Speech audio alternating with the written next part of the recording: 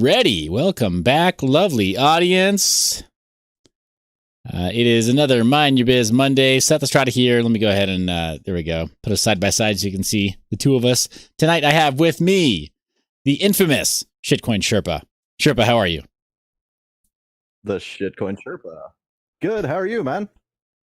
I'm doing good. I appreciate you making time to come onto the show tonight. I know that this was, I probably should have asked you weeks ago, man. You let me come onto your podcast twice. The second time was a pinch hitter. We talked about your project a little bit over there, and we talked about all kinds of stuff related to cryptocurrency, mining, hiking, outdoors, camping. We've really covered a lot. So it means a lot that you've come over to this channel to talk about your project, brag a little bit, humble brag a little bit, and talk a little about some recent misadventures. But oh my god, dude, so many misadventures at this point. Yeah, it's just I've kind of fumbled my way into every project that I've tried to tackle in the space and just ran with it. So yeah, dude, that's yeah. Did you see the whole craziness the other night? I did, but that's kind of what prompted this ask, man, because I saw that you had worked on a couple of projects that were interesting, and I didn't have a whole lot of details yet. So my first thought was like, okay, I got to get Sherpa on the show. We got to talk this out. But tell me from the beginning, Yeah, what happened? Okay, it was just really surreal the whole night. Basically, I had seen Charles and a bunch of other guys talking about Pokemon cards and just how they were making crazy money off of them. You know, Charles was talking about he had flipped an 8K Pokemon card for like 16,000. Jeez. And so I was like, oh, well, I'm gonna, joke around and make a token real quick because I've been fooling with Solidity. And so I make a joke token, call it Pokemons. And so, I was posting all these jokes on Twitter and everything. I made a little Telegram channel, and everybody who came in, like, very obviously got the joke. They were like, yeah, all right, rug pull me and stuff like that. And we were just joking around, and out of nowhere, this guy sends like 5 ETH, and everyone in the chat, like, our jaws just dropped. I've got this wonderful screenshot where somebody's like, I thought this was a joke. And this guy's like, I thought this was a joke too. And then I'm like, yeah, I thought this was a joke too. So yeah. But since we know it's not a joke now, everybody, quick, ape in, because we're gonna go rug pull on some fools. Oh, it's like, oh god, I want a rug pull, but whatever. I mean, if you guys want to trade it, go crazy. So I tossed in, whatever coins and locked the liquidity because I didn't want anybody thinking that I was, gonna rug pull or anything. And anyway, so locked the liquidity, burned about 2/3 of the tokens. Still couldn't get a hold of the guy because I was frantically trying to contact him on Twitter and be like, hey, can I refund that 5 ETH, you crazy bastard? Or you just going to and so anyway, oh god, I mean, I've never felt so much like just dry heaving from crypto stuff. It was just surreal to go from everybody laughing to suddenly it's like, this guy just threw real money at it. Like, I'm not a rich guy. I've got like $180 in the market, and he's tossing $1,700 at it like it's nothing. Oh, geez. Uh, Yeah, no, it only takes a few people like that to cause a run on these sorts of things too. Like, as you've seen, right? Usually a lot of these new coins, the tokens on Uniswap, they really only start with maybe a half dozen guys that go in to provide liquidity at first. And then from there, right, it's hit critical mass and you get a bunch of other people aping in. So I can see where you were concerned, man. Like, somebody 10xing your initial joke participation value. Like, yeah, okay. Yeah. Shutting it down then. But what's the word now? What's happened with that guy that put in the 5 ETH? Has he showed up? Did he still went on? that's the weirdest part about it. Like, I've been trying to get a hold of him and everything. I've DM'd him several times, checked his Twitter page several times a day, and like he's not back on. So it's just, I've tried to send him messages and be like, dude, I mean, I'm going to make sure you get your money back and then some more. Please, for the love of God, come online. And don't tell me that you like went and drank yourself to death at a bar because of a joke on Twitter. Dude, the thing is 2020, man. You can't tell. Like, I don't mean to make too light of it. It's a serious topic, right? Like, but this guy, anything could have happened to this guy. Like, now that you bring it up, like anything. He could be quarantined for all we know right now, right? Like maybe like whatever his family, his job took his phone away. It was his work phone, and he doesn't have Twitter on any other device. He's like stuck in a hospital right now. But oh, that is nuts. Yeah. Anyway, pour one out for the Pokemon hodler. He's gonna ride it to the bitter end. Apparently, but so anyway, I got started talking in the chat, and I'm like, well, if I can't get a hold of this guy to get him to get his money back, then I guess the only solution is to add value to this token somehow. Because I don't want anybody to get wrecked because of, me screwing around with code and solidity and crap. Yeah. So anyway, I found a way to handle some of that junk. And basically, I had found a game working through contracts that uses NFTs to mine, kind of like a Digo, except it's like Digo meets Tamagotchi kind of thing, because if you don't, buy these power-ups every few days, then the character dies. And I got to looking at it. It's like, this wouldn't be that hard. It's MIT licensed, so it's open source. I think I could fork this code and adapt it to like a Pokemon parody and actually make a game out of this.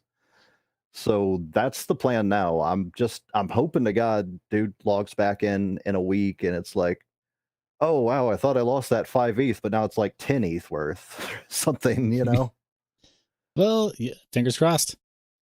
Oh my gosh, that is nuts. So you've got the game now. That's so this is every time I talk to you, Sherpa, you've doubled down on your foray into like developing. It's like it started with like, yeah, maybe a coin that has the prospect of master nodes, and it was like, coin's probably not enough. I probably need something that's kind of like a DEX, and it's like but I definitely need some like mining pools because we're starting proof of work. It's like every single time I talk to you, you're at least doubled down, if not a little bit more. So at this point, to be able to add value to this Pokemon token, you're talking about the game. Where are you guys in terms of development with the Pokemon game? I'm sorry, you were breaking up for just a second there. So as far as development on this Pokemon game, how far along are you guys? I've really just started today working on it, and out of about 46 contracts that I need to go over and edit, I'm about 16 into it. So, I mean, I'm about a third of the way in, and then I have to work on the website, which, won't take that long. The great thing is, I made that Oregon Trail parody game not too long ago, and that kind of taught me how to edit other people's code and make it work without breaking anything severely. Yeah. So that's pretty much what I'm going with here. Okay, cool. So it sounds like then that's going to be coming up real quick. Do me a solid, and while we have you on the channel live is a little bit different. I know that for this crypto life, you normally do post edited content. Because we've got a live audience tonight, I'm going to bring up a couple of articles that I think are timely, and let's cover a little bit of the news cycle. Not a whole lot. It's really, I mean, frankly, it's really that important. It's kind of like the presidential debates. Are we going to remember like half the stuff that was news today in 2 weeks? Maybe, but only if something big happens, right? So I think the 2 articles I sent over, I think they're probably the biggest, like most important articles of the day. And, for my part, I think it'll become apparent to the audience why I think that. But let's go ahead and jump out of the way here. I've got to double check to make sure that, there we go. Yeah, that works about how I expected. So first off, oh my gosh, shameless shill. I've got MindYour.biz up on the screen, and I've searched for Monero, guys. Quick shout out to our sponsor, which is MindYour.biz. It's always the merch site at MindYour.biz.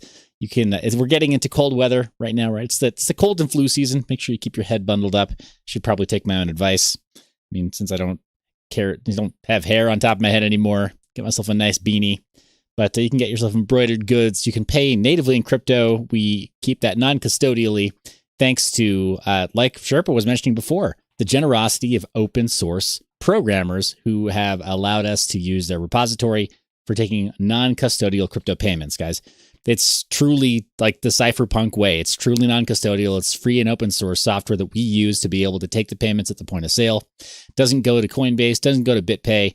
And, and we're not buying our coins from Grayscale. Hopefully you're not either. Hopefully nobody else is custodying your coins either. So we're trying to do our part in keeping a circular crypto economy there. So check out MindYour.biz. Let me go ahead and spam you guys in the comments section with something for hats. Hopefully that shows up in just a second. So hopefully we paid the bills with that one. But moving on, I sent you an article about crypto banks, Sherpa, and this is from Cointelegraph.com. Came up just today. They think that crypto banks are going to swallow fiat banks in just 3 years, maybe even less time. I don't know. Just the headline alone, I've got to ask you, man, what's your take on that? Your gut response? My gut response is no.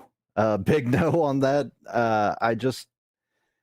There's still so much to crypto that boomers and the like aren't going to understand right away.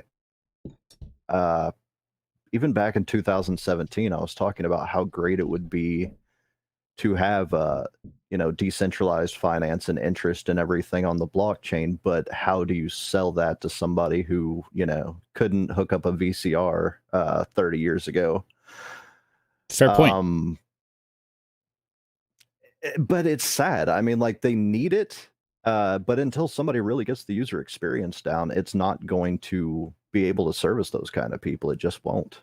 Yeah, I think depending on the level of custody, you're totally right.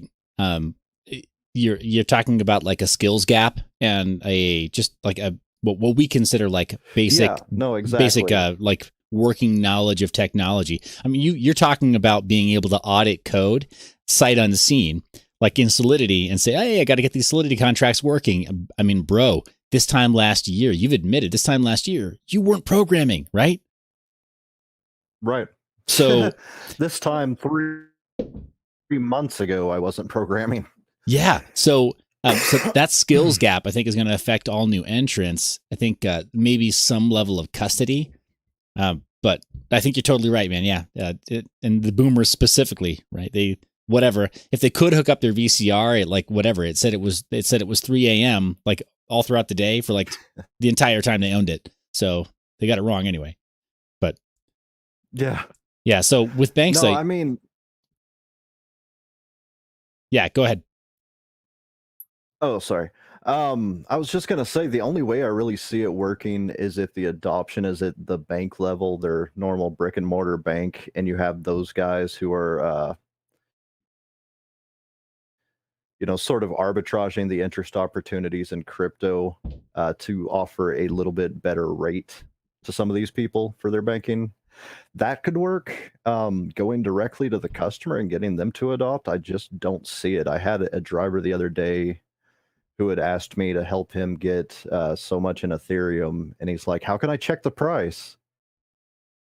Wow. And I'm like, well, there's CoinGecko. You can download the app. You can Google what is the Ethereum price. There's lots of ways to go. He's like, yeah, I don't know how to do that. You just tell me every week. It's like, dude, okay.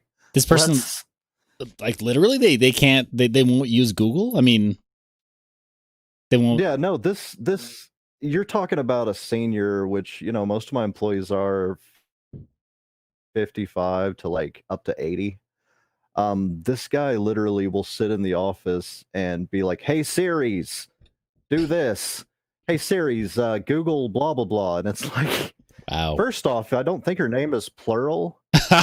Secondly, there's other ways to do all of that stuff where you don't just have to yell at your phone like a crazy person. Yeah, right. He's like, it's old school. He raises his voice because Siri, if she gets it wrong, it's because she's hard of hearing, right? So just yell louder at your phone. That's hilarious, man. Oh, I guess I'm a little bit fortunate in that my dad was old school. He's not actually a boomer. If that tells you how old my dad was. I mean, he's been passed away for years. Guys, it looks like we lost Sherpa. No. Wah. All right, so Sherpa's going to be able to log back in just a second. So, hey, Sherpa, can you hear me okay? Yeah. Yeah, do me a solid and maybe don't turn on that. I guess Jitsi dropped out. Yeah, do me a solid. Maybe don't use that background filter. I think that it's really CPU heavy, and I think it's maybe causing problems on your end. It's just because now you're getting better response, lower lag on the audio too, right? Yeah. Okay. So let's. Yeah, just for all the things that Jitsi's good at, I think just a couple of his video filters, it's really not good at. Yeah. I really wish I had the external program working because Jitsi doesn't seem to be able to hack it right now. Yeah, I'll send over the GitHub link or the link to their GitHub where they have an Electron app of this. It's pretty cool. So the core developer team for Jitsi, they have their own Electron app that supports the encryption or the end-to-end encryption for multi-party events. And then also it does a couple of really neat things. Like right now I've got a dual monitor setup, but I'm using both monitors for other stuff. But it's got a little it's got a little pop out window of just you. So I can still see my guest and I don't have to worry about nice. anything else, but that's like built in, the little value add to their Electron app. So they've got a really great environment that they're building for it. It's not a massive ecosystem, but it's when it's not otherwise crashing and booting you out of the meeting, it's pretty performant. And it's free, open source, end-to-end encrypted. And with no databases. That's the most important thing. No accounts and no databases. So there's nothing for for a main corporation to leak, whether they choose to be evil or not, right? Like they just can't. So yeah, exactly. Yeah, I'm a huge fan. I will shield Jitsi and Signal all day. But anyway, to your point about... I mean, I like Zoom, but as soon as Jitsi gets to that level, where there's less latency and more feature rich, I'm all about it. Yeah. I mean, I hate Zoom because of the issues with it, but I love Zoom because it's just, it's the easiest right now, which is sad. Yeah, no, I definitely hear you there. Can I ask, are you running a VPN right now? No. Okay, because if you were, I was going to say something that you can do to increase the performance of Jitsi is you can do split tunneling with your VPN so that Jitsi at least is not being run through the VPN. And then, again, if you're on Brave tends to break even the good stuff, even the stuff that the good guys make. I don't know why. But anyway, so story time. You talk about boomers. My dad was like pre-boomer. I don't even know what the name for his generation was. I don't think we were naming generations before then. He was an old guy. My mom is a boomer. But my dad, like, he was the Luddite. Even though he went through like literally every generation of computer technology. I mean, he was born before vacuum tube computer systems, right? Like when it took like reel to reel or whatever, like punch cards and like filled a whole warehouse for one computer. And he, like, to his dying day was sort of like, oh, computers are so scary. It's like, wait, but you used to boot up computers that were like nothing but a command terminal. Like you sat at a command terminal for the entire experience. What are you talking about? Like, as far as practical experience, hands-on, like, you're more of a computer expert than I am, man. Like, as far as that goes. But then my mom, she's like the antithesis of what you mentioned before. She'll totally Google stuff, and she's almost like a millennial, kind of like a little hipster. She'd get like really smug at dinner and be like, say something off the top of her head, like, authoritatively. and then before dinner's over, she will have Googled it to validate her opinion. But she does not have that problem of like, what's the price of Bitcoin? If she has any questions, she at least knows how to do a web search. But yeah, there is this whole generation of people who I think, unfortunately, a lot of crypto Twitter, at least, a lot of mainstream crypto is saying like, oh yeah, they all have to die off before crypto's really, goes mainstream. I don't know, man. Yeah. Yeah. I really feel like, they don't have to die off. What really has to happen is the brick and mortar institutions they're used to are going to have to adopt and make things easy and seamless for them. And, that's the short-term solution. We're still talking custodial, obviously, but it's still better than them getting less than 1% on their bank CDs, Maybe. I'm going to say that my concern with that, Sherpa, is that I think that once more banks start to custody crypto, their FDIC insurance, as per the most recent legislation that extends this privilege, right, to FDIC insured banks, their FDIC insurance will extend to cryptocurrency assets, but only to the levels that they previously covered cash, right, or fiat. And I suspect that the sort of like rehypothecation trick, the sort of like, hey, we're gonna lend this amount against your account and your account and your account and your account, basically reallocating the same like core holding, same nut.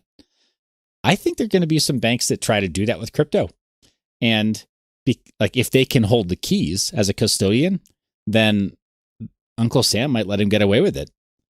I really do think that we're going to have a serious problem there. The moment that banks start to custody crypto, but they haven't been weaned from their old ways, right? Of, fibbing on the ledger. So I don't know. I'm not very hopeful for the whole thing. Well, that's something to think about, but also, it's going to open up a lot of positions at banks for crypto nerds because these guys don't know, a darn thing about private keys and seed phrases and stuff like that, multi-sig and whatever. And so I think you're going to see a lot more of the economy kind of sprout up around reinforcing these old systems as they try to incorporate crypto, at least in the short term. Well, I hope you're right, man. I really do. I've got a friend that works for a credit union, which is like, all right, you're not completely evil, right? Credit union, not just one of these large national or multinational banks. But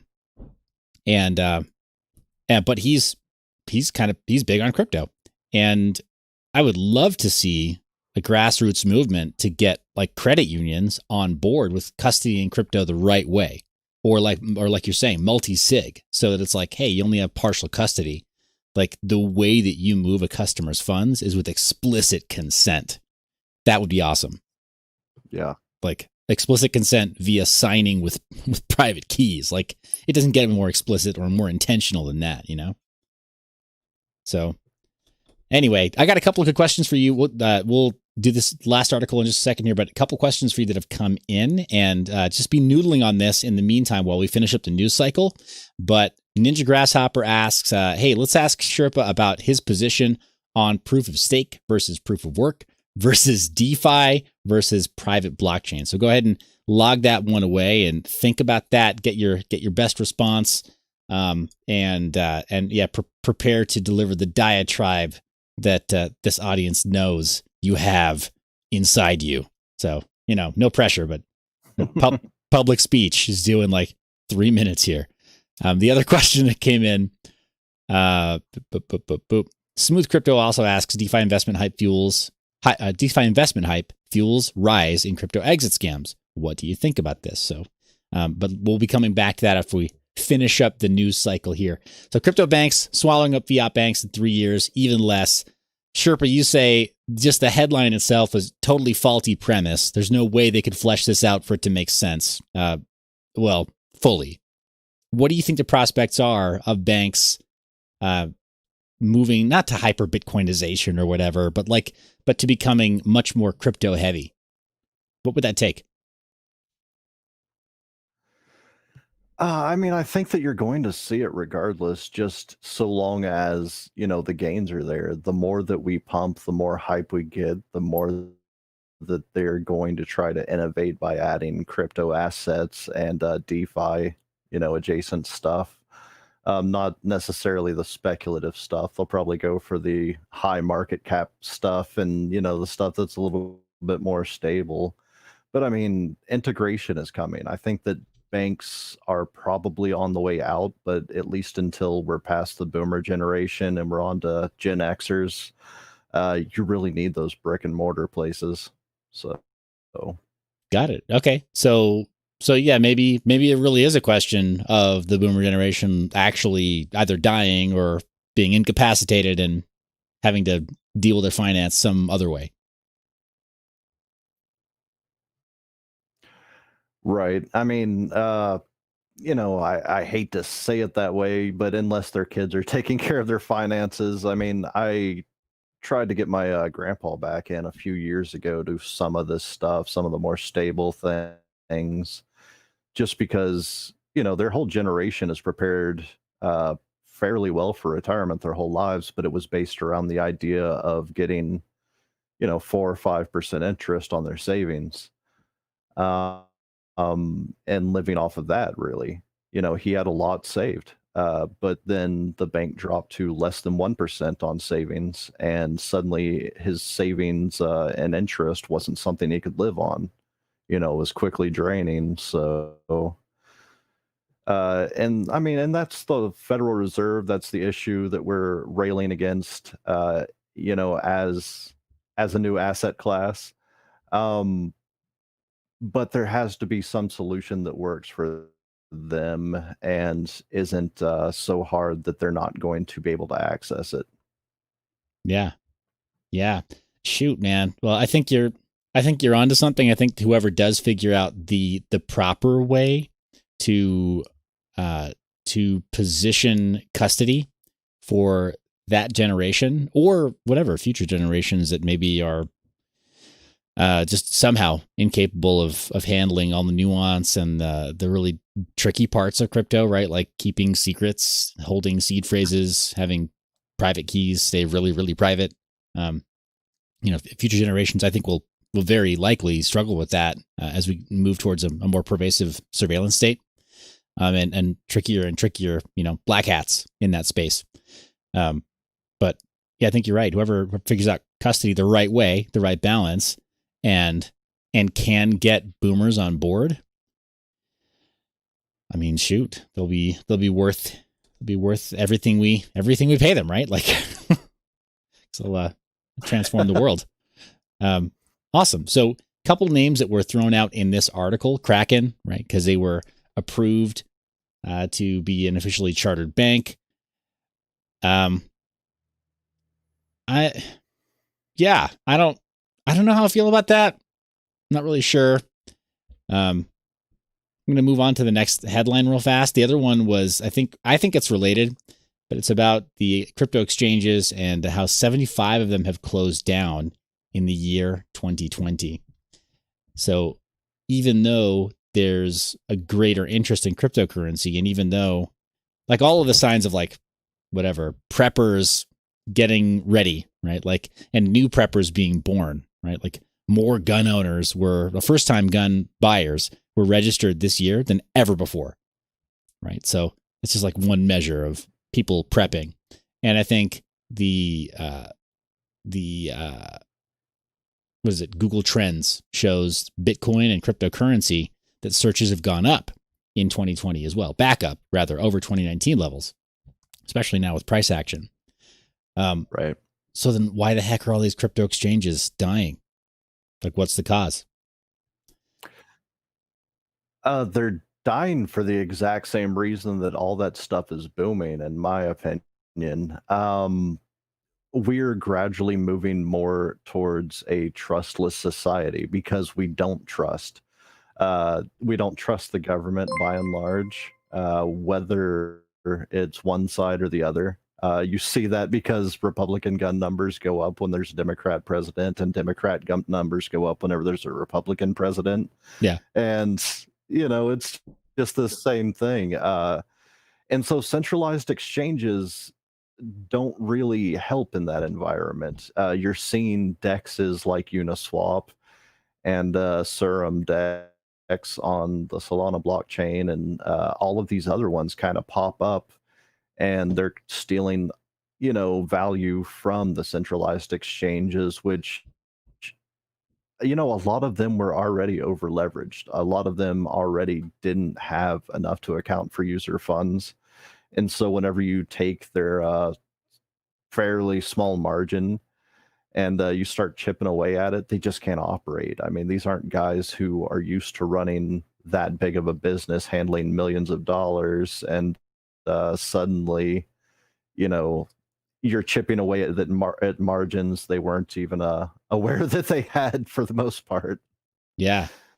Yeah. You saw that with Quadriga Yeah. a lot, where Right. the Quadriga guy had traded against stuff and everything, trying to make up his margin losses and everything before that finally exited and whatever happened.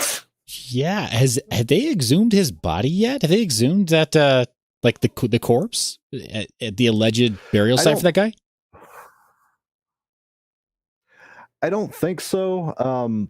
If he's dead, if he's not dead, this isn't even new in the crypto space. It's like Mount Gox and everything had the same exact issues with, not having enough to cover user funds. They didn't even notice that they had been drained of funds in several wallets over the course of years by another exchange who kind of got them hacked and everything, and then that exchange dried up. It's always an issue of scaling, I think, with these crypto exchanges.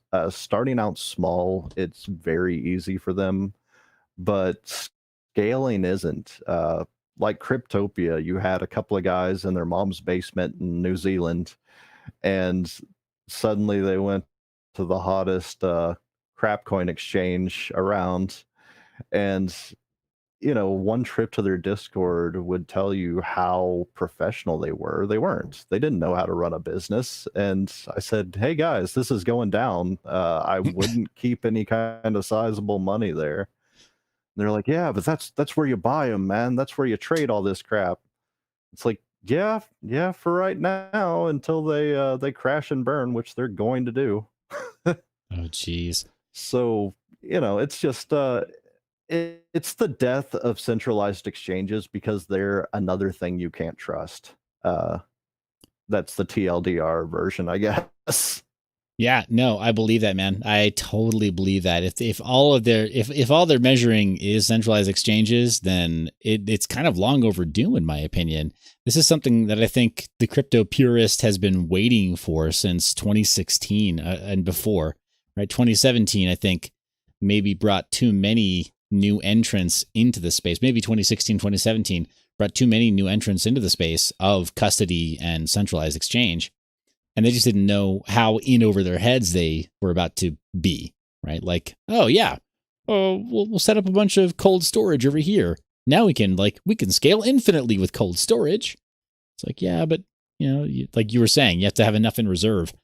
That's what has me concerned about the banks, right? And these two related bits of news is that the banks are used to being totally over leveraged as well, but just in a very different system where people can't prove that they're over leveraged in the same way. Rather, they don't owe anybody a peek at their ledger to figure out whether or not they're over leveraged. So adding crypto, if they can then become custodians and they can then either mix their coins, which I'm sure Uncle Sam will be totally okay with CoinJoin as soon as it's applied towards FDIC insurance, right? And being able to rehypothecate and fake having funds for banks. Because that's what they do with cash. That's what they do with the US dollar. So yeah, these two pieces of news for me have me concerned because centralized exchanges don't love them, but they've gotten the job done so far. And I don't know, man. I think Uniswap kind of shows that on the one hand, a lot of us in the space are ready to use DEXs, but I don't think we're really ready for the fallout of DEXs.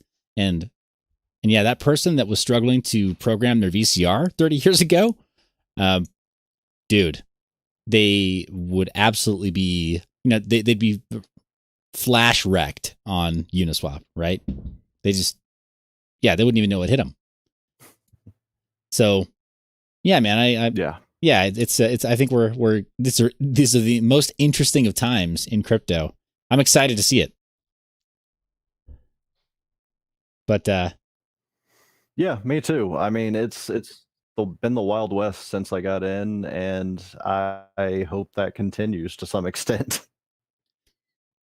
Yeah, man. So let's jump back out of the news cycle. And hey, guys, if there's other news that you want us to talk about briefly while I've got Sherpa on the show tonight, then hit me up in the comments section and let us know. Quick shout out to those of you who are here live with us: Smooth Crypto, Big Crypto Dave, Voltron. Thanks for being here, guys. Thank you so much. Ninja Grasshopper saw your questions from before. Nemesis, as always, thank you, brother, and everybody from the DCA Adventure crew. Appreciate you guys coming out to say hello. But yeah, let's jump back into Nadir, the project Nadir. I've got on my screen miningpoolstats.stream, and it shows that there is one pool for mining Nadir. Help me understand. And this channel, it was largely based on proof of work mining to begin with. Help my audience understand, what is Nadir? Just like the TLDR version, what is Nadir? And how can it be either mined or obtained? How can people get their hands on a block reward? Right now, it's really just mining, or if we have several shared masternode sites, so you can already put some in masternodes, run your own masternode, whatever. The biggest idea behind the project was to have a community coin where we basically just stacked use cases and had the community involved in that process the whole way. And it's been an evolution, because I'm new at this. Like I said, I've been messing with code for 3 months tops. But this whole project that I'm working on with the Pokemon parody and everything, I'm going to tie that back into Nadir, possibly have the new coin trade in Nadir pairs, and that way it adds value to that, because they'll be able to arbitrage that between Uniswap and everything, and without all the gas fees and nonsense that goes with it. But it's just been tooling around, trying to figure out ways that I can add value, whether it's adding a pool or trying to add the Serum decentralized exchange GUI and everything to it. That's been really fun. Except they update every other week, and you've got to redeploy, which is a bit of a mess. But at least they're cranking out the updates. Nice. But yeah, I mean, and figuring out how to add markets to the Serum decks and everything, which I kind of I'm not the biggest fan of FTX always, but I like the fact that they made this so anybody can fork Serum and add markets and basically create their own decks with relative ease compared to having to, create it from scratch.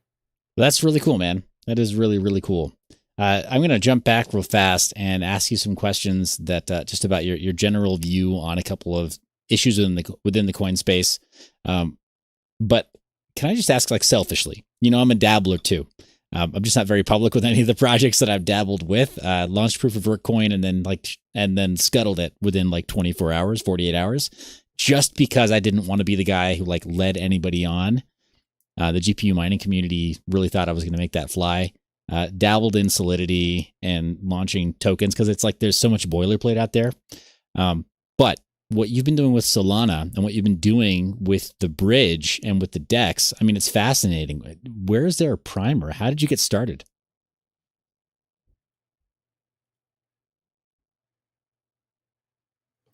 I'm sorry, could you repeat that last part? I'm coming in really garbled for some reason. Sure. Yeah. So, I'm a dabbler as well in the crypto code space. I don't consider myself a programmer either, but I'm a guy who can read. I can RTFM. What would you suggest as a good primer for somebody that wants to learn about the way that you've approached this with Solana and creating your bridge?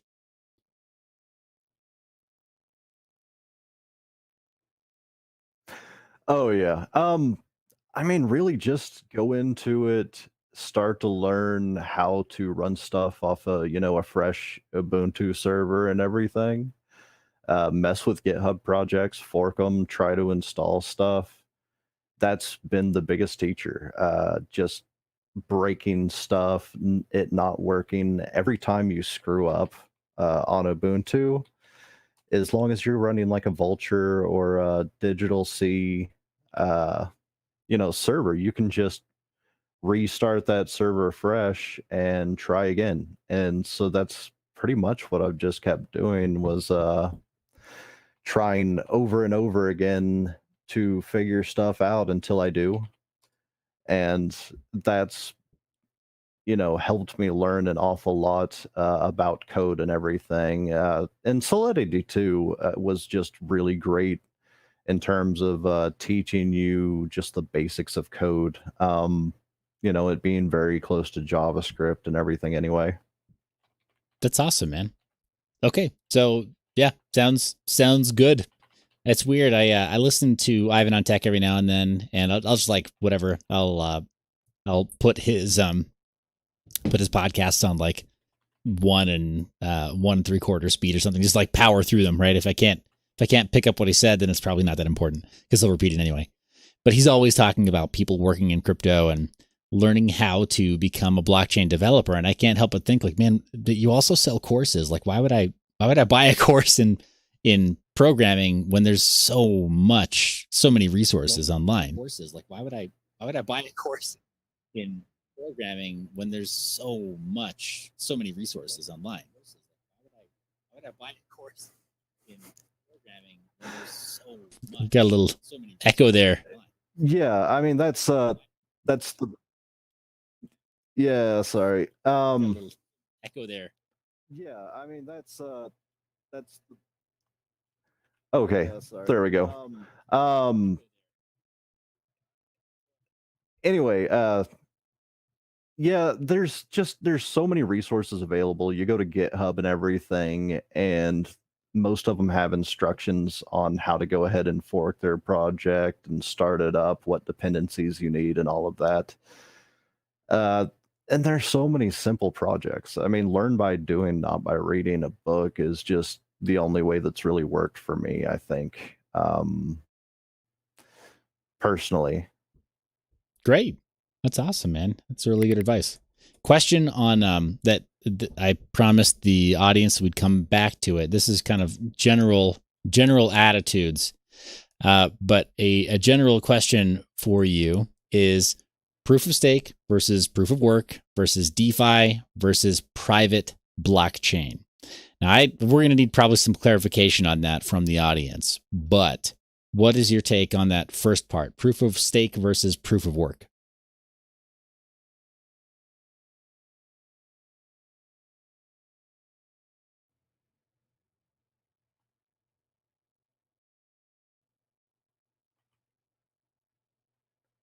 Oh, Oh no, we lost Sherpa again.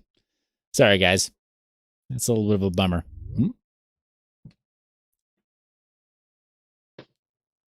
Hey, Sherpa, can you hear me okay?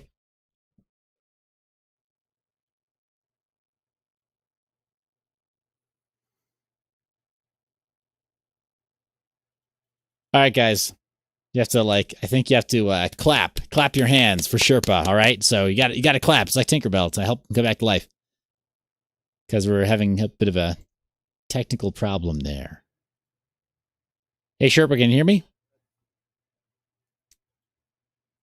Okay, so hey, Sherpa, can you hear me okay? yeah, I can, at least on the YouTube. Okay, Jitsy's being weird. That is too much of a lag, dude. All right, guys.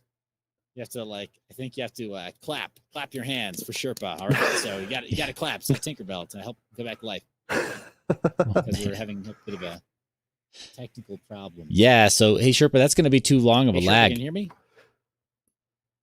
Yeah, can you hear me now? Okay. So hey.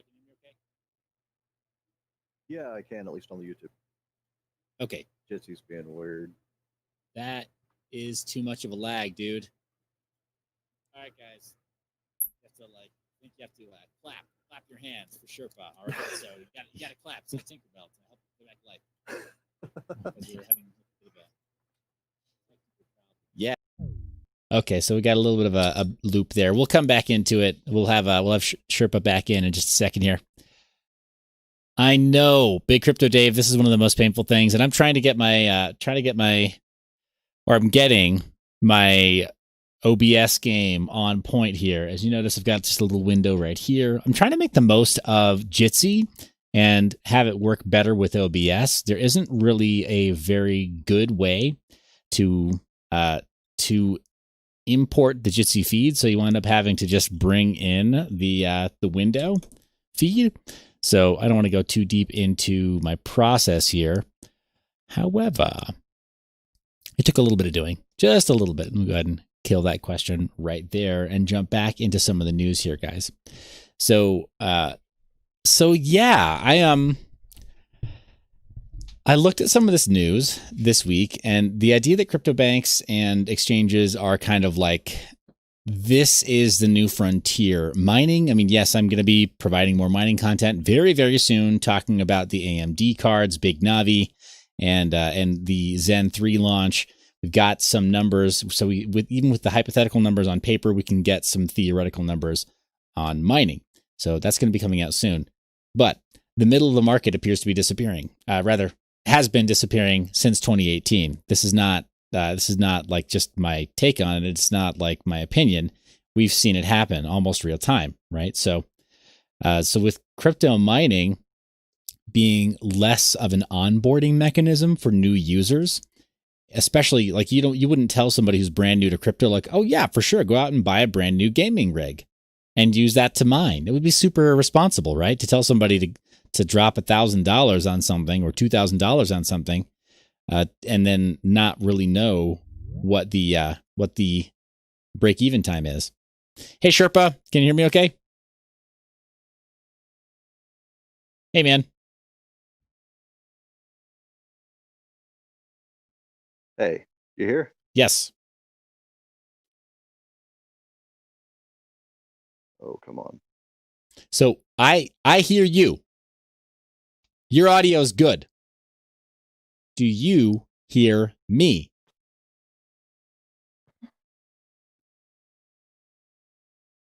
Hey Sherpa, I can hear you. You hearing the audio?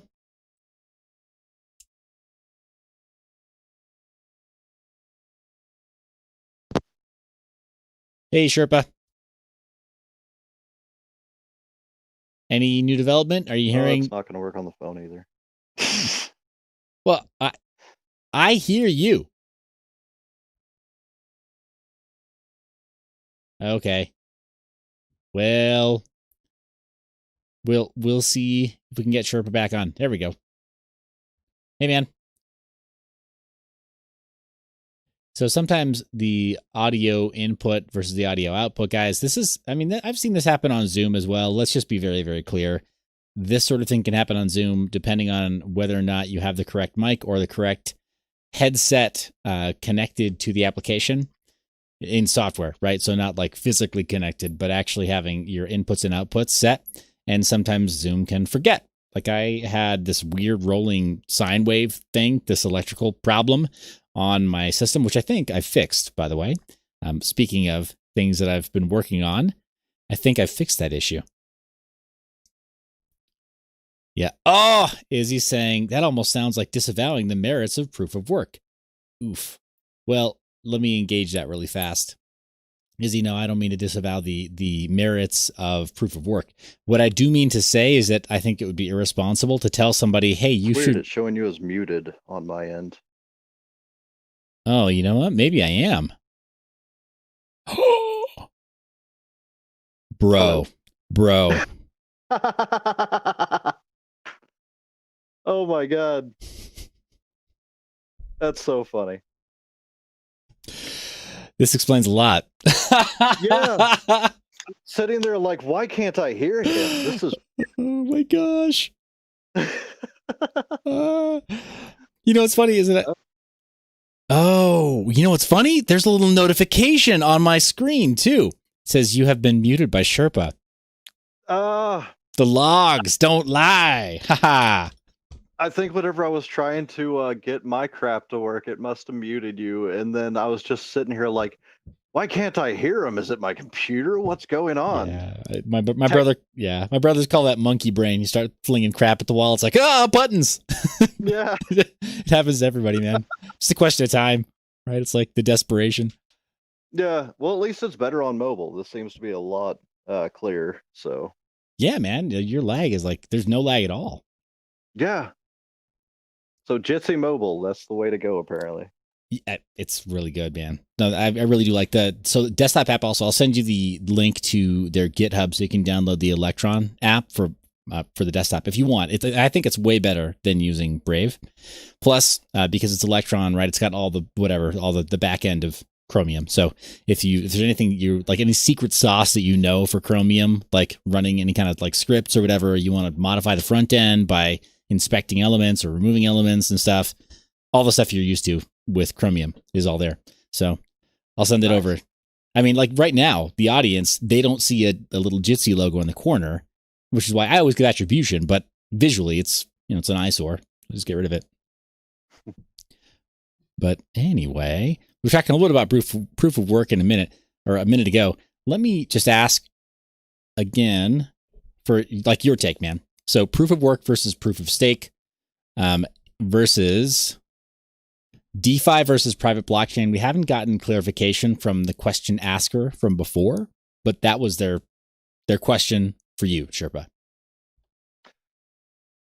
So are we talking two-parter here? Proof of work versus proof of stake, and then DeFi versus private blockchain? Yeah, that makes a lot more sense.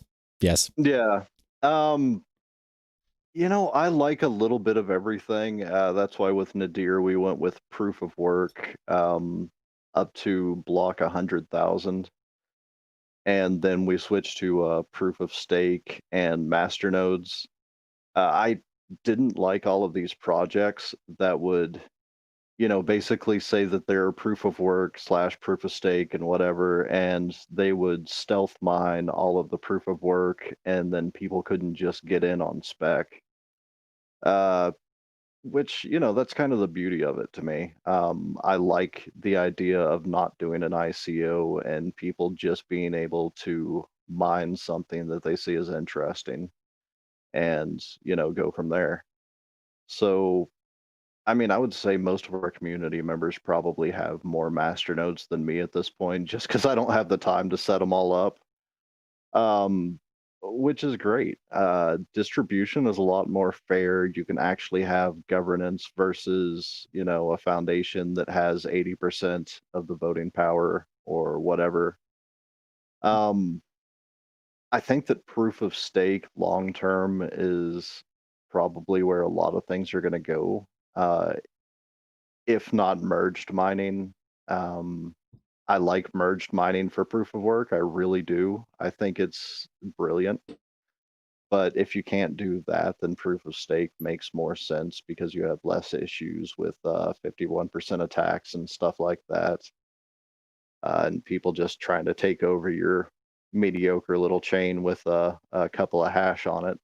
Yeah. So, hey, unpopular opinion on that note. I also huge fan of merge mining, and there have been some crypto nodes that have tried it in the past, which to some, not always to great effect, right? Not always to great advantage, but on merged mining, if like right now, several like the top 5 SHA-256 coins all decided to merge mine, I don't think Bitcoin would be. I don't think it would stay the reserve currency.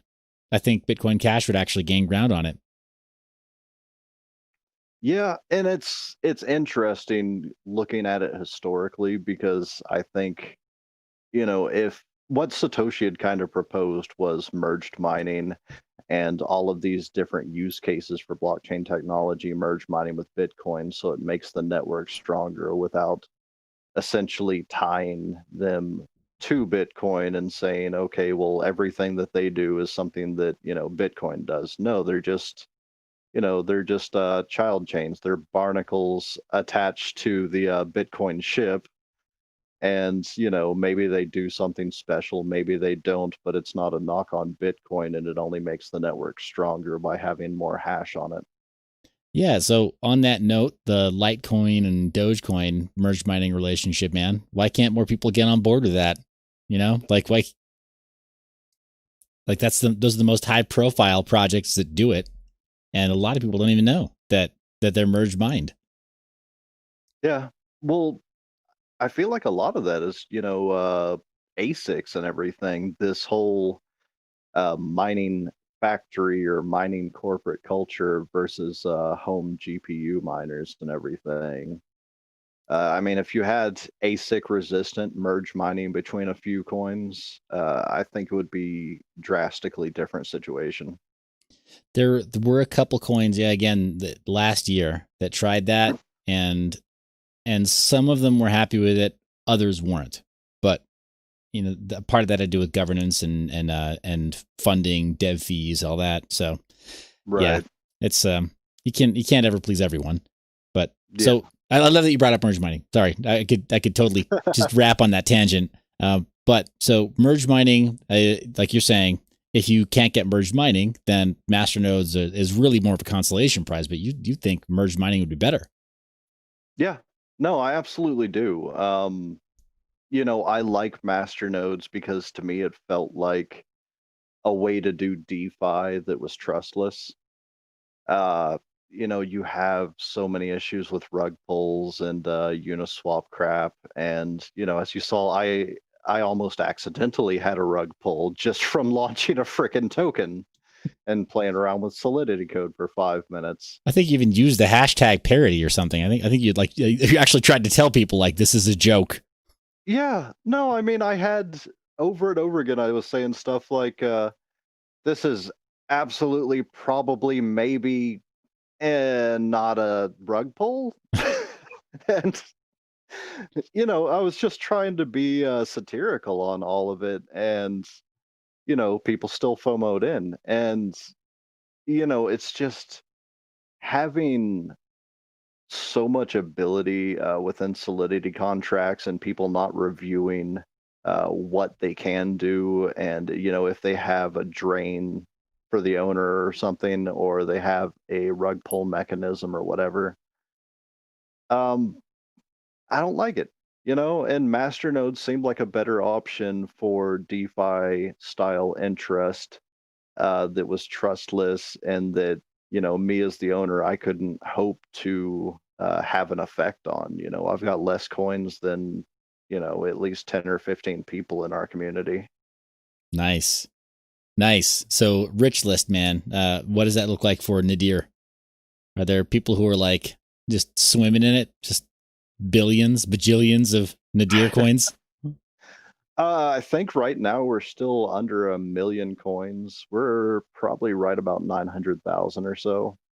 Last time I looked at the Explorer.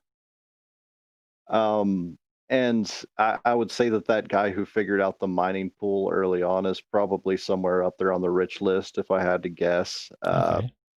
Because Well, he's brilliant. I mean, there's so many SHA-256 CSM coins that nobody has figured out a way to, update their pool and support. But he custom rigged his, and more power to him. He's making out like a bandit on all of these. So, not knocking it. I won't be horribly upset whenever we hit a block 100K though, so we're not quite as centralized. right. Yeah. I mean, what's that guy's fee? Is it like his pool fee is like 10%? Is he like gouging everybody? I don't think so. I think he does like a standard 1% or 0.5% pool fee, which isn't bad. I've talked to him a couple times. He seems like a really nice guy. but he knows his crap whenever it comes to mining. And I am working on a newer fork of some old mining pools that a guy had rehashed on GitHub, and he's updating. So I should be able to add it in the near future, but it's just I'm more worried about adding value right now. So Sure. Well, and it sounds like also, what block are you guys on right now? let's see. Give or take. We're I know we are a long way from 100K still, but let's see. Yeah, we have a supply of 958,000 and we're on block 12,872. So still a lot of time left until proof of stake kicks in, a lot of time to spec mine it and everything. The idea that I'm going for is, like I said, I want Nadir to be exchangeable versus the tokens generated by this new game and everything. But any other use case I add, uh, I want Nadir to be a part of. I'm just trying to stack all of these uses on the platform and on our page at ballsdeep.me. And I forgot the homepage. yeah, and I mean that's where I put the shitcoin trail and all of that game. And just trying to tie all of that back to the community. At some point, I want to turn this over to the community whenever it's got several use cases and income streams coming in, and let them just run with it. I mean, we've got built-in governance and everything, and I'd like to see whenever somebody's built up the traction and the tech, what a community can do with it. Okay, nice. So I just pulled up explorer.ballsdeep.me, which, by the way, does not have an SSL cert. Get on that. Yeah, no, that was built by one of our community members. All of our other sites have the SSL cert. Okay. Yeah, I mean, I shouldn't be that paranoid, but I mean, well, shouldn't I? I mean, I should be. Yeah. Okay. Yeah, definitely. Okay, so it's there. Just wasn't sure. How many other services do you have at the project site there? Oh, we have several now. I mean, we have the Serum Dex, we have the game, we have the Explorer. We had a working pool, but I've taken that offline so that I can switch over to the Blink Hash fork and start adding coins. Kind of the idea there was not only to host our own coin on the pool, but my background is fundamental analysis. And so to take coins that I'm interested in and I know have good tech behind them and put them on there. And then whenever you build up a bit through the pool fees, to have the ability for users to exchange Nadir for any of those coins. And so basically, they'd be able to spec mine without having any kind of mining background. That is pretty cool. Yes, dude, love that. Love the direction there. Well, we've gone about an hour now. I don't want to don't want to take too much of your time tonight. I didn't even ask what your schedule was like tonight or what your time was like. Do you have a couple more minutes or? Yeah. No, I'm all free. My wife is dog sitting for the next week, so I have the house pretty much to myself. Oh man, that sounds awesome.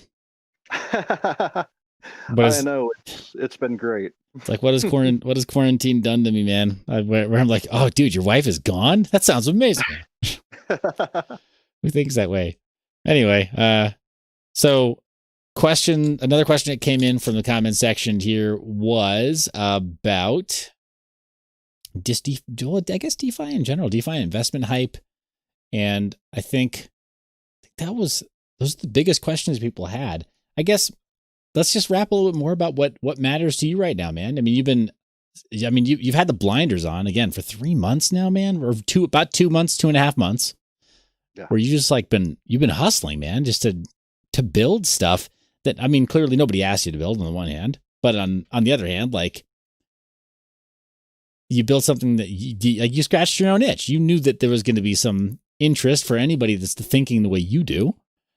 Like, what do you want to see happen in crypto in general? Like, what do you think is the biggest win for for Sherpa, for you scratching your own itch. I mean, I like the idea of DeFi. I think we're seeing a lot of the ICO hype of 2017 kind of come back with the DeFi airdrops and pre-sales and everything. Um, but altogether, it's something that I had worked on early on. I had advised this exchange called Level, which their whole idea was having democratized AMM wallets. So you could basically, deposit in a wallet and set some parameters, and you would be part of automated market making, adding liquidity and everything, and getting a percentage off of that. I left the company after a couple of things, but I tried to push them to license that out to other exchanges because I felt like it was going to be, the big selling point rather than trying to be an exchange themselves. And I don't know how that's worked out for them, but as we've seen with Uniswap, uh, it's not that many lines of code to write an AMM to have a decentralized market making protocol.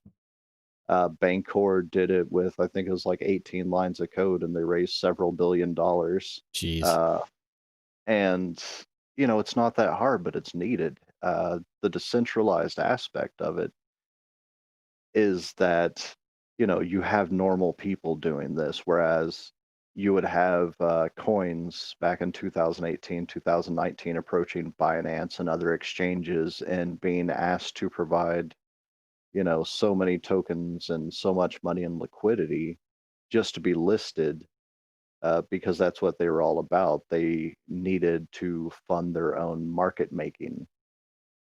Mm. Um, and so now, Uniswap, for better or for worse, has kind of decentralized that whole process and democratized it. And anything that takes the shadier parts out of the equation for centralized custodial exchanges is great in my book.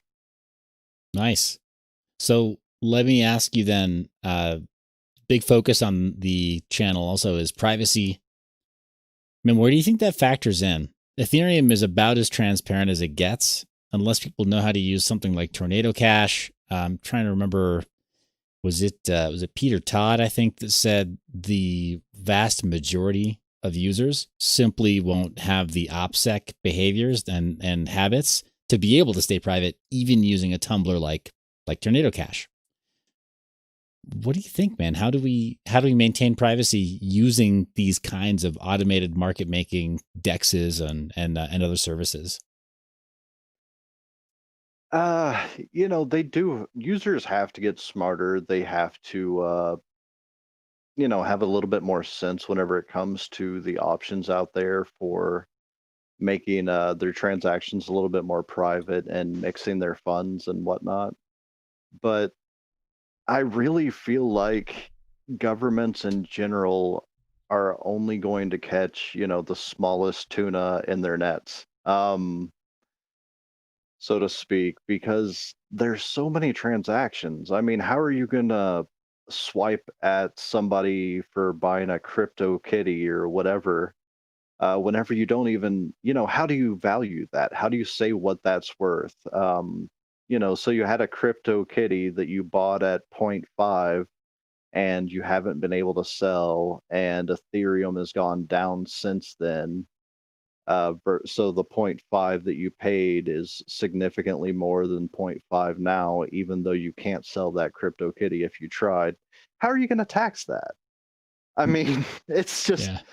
a lot of this stuff is ridiculous. If we taxed on cash out, then I'm all for it. I will absolutely get into that. But if you as a government are asking me to go to the 16 no KYC exchanges that I've used, and 8 of them have closed down since then, and I can't find my records anywhere, and I've bought a lot of NFTs which I haven't sold and I still hold in my wallets. I mean, and try to figure out what my tax burden is on a JPEG on Rarible. Right. Yeah. Yeah. No, it is getting pretty ridiculous. But at the same time, like, I think with the government, especially, I mean, United States government and the NSA, I think they're banking on the fact that they're logging all of our IP records, right? So every ISP, they're logging everything and handing it over wholesale. If the NSA isn't, personally like scraping it firsthand, they're scraping everything. I think in the hopes that they're just going to be able to sift through all of it at some point in the future. In the same way that they're hoping they're going to be able to crack the lowest hanging fruit within private keys and older encryption around any kinds of little like goodies that they find in this dragnet in the future. So I think their hope is that they're like, if it's on the blockchain, if there's a record of it at all, then it's worth whatever they decide it's worth in the future. It's like taxation now, right? Like it's worth whatever they decide it's worth, even though, never mind the fact they just printed as much as whatever the last 2-3 decades worth of taxes, more than the last 2-3 decades worth of taxes. They literally just printed out of thin air. They're going to decide it's worth whatever they decide it's worth at the time. And we will eventually have the means to figure out who owned what if it was on public blockchain. That'll be the lowest hanging fruit, right? The easiest stuff for them to at least determine whether or not you own. So on the one hand, man, you're totally right. It's ludicrous. Like, why even bother to keep the receipt? But on the other hand, like, I don't know, man. Uncle Sam has a long, rich history of clawing for anything of value. So I don't know, it creeps me out, the idea that that even if I'm not able to track down all of the different ways and means by which I acquired digital assets, like the on-ramps and off-ramps, and figured out my acquisition price, right? Like my cost basis for whatever the acquisition was.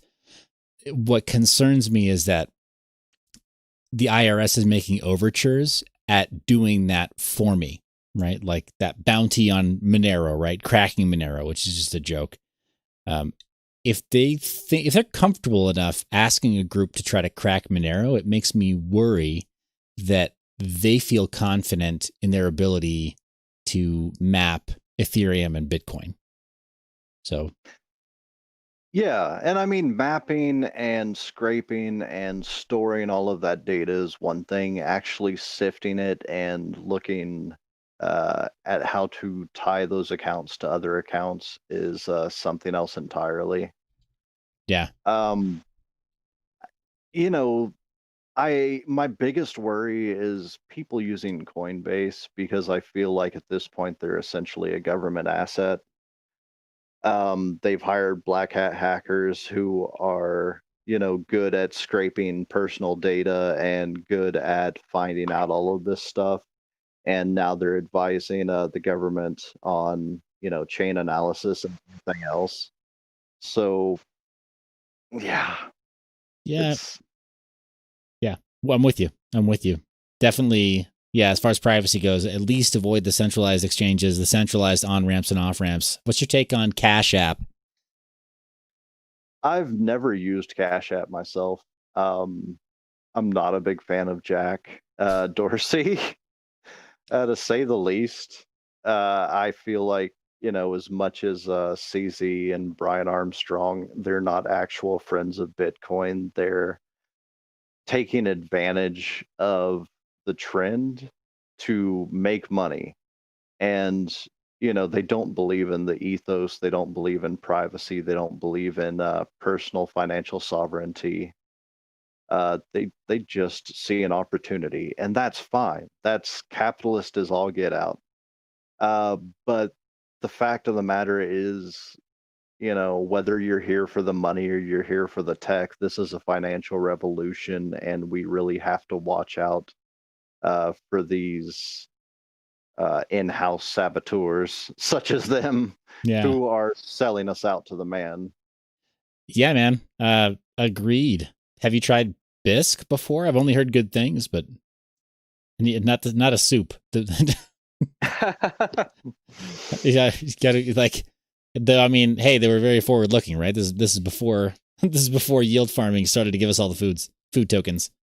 Right. No, I've definitely heard of Bisq, heard good things about it. I've never really gotten into it because I've focused a lot on shitcoins. Nice. Bitcoin is great. Bitcoin is always what I'm trying to trade back into for the most part.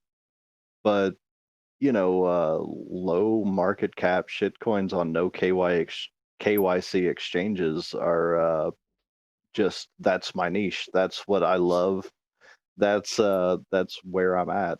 Um, I know that I can go to a no KYC exchange and I can play the fact that there's low volume and get crazy gains just by waiting a week until, the buy order sells because there's such a spread.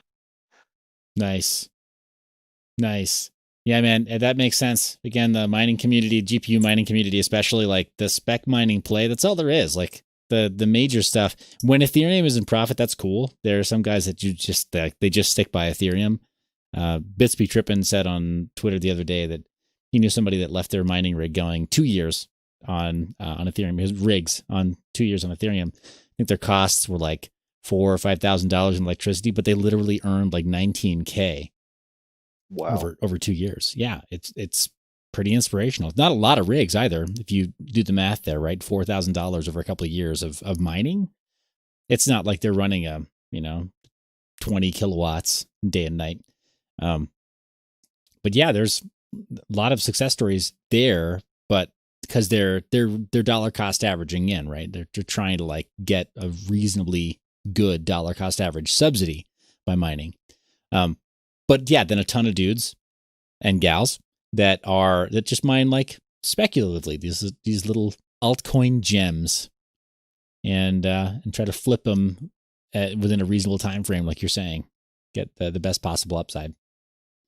Yeah. But, I see Gundy's comment right there about privacy tokens and coins. Sorry, I just wanted to ask that really quick. There's a lot of ways that you can link your privacy tokens without having any issues.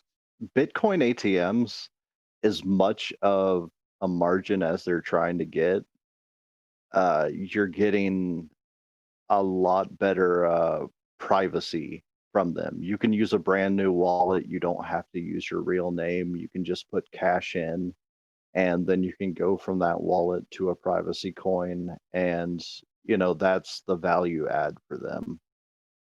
It's a pain in the ass that you're paying so much more for Bitcoin, but if you're any kind of decent trader, having nothing linked to your real identity is priceless because you can make that margin back up very quickly.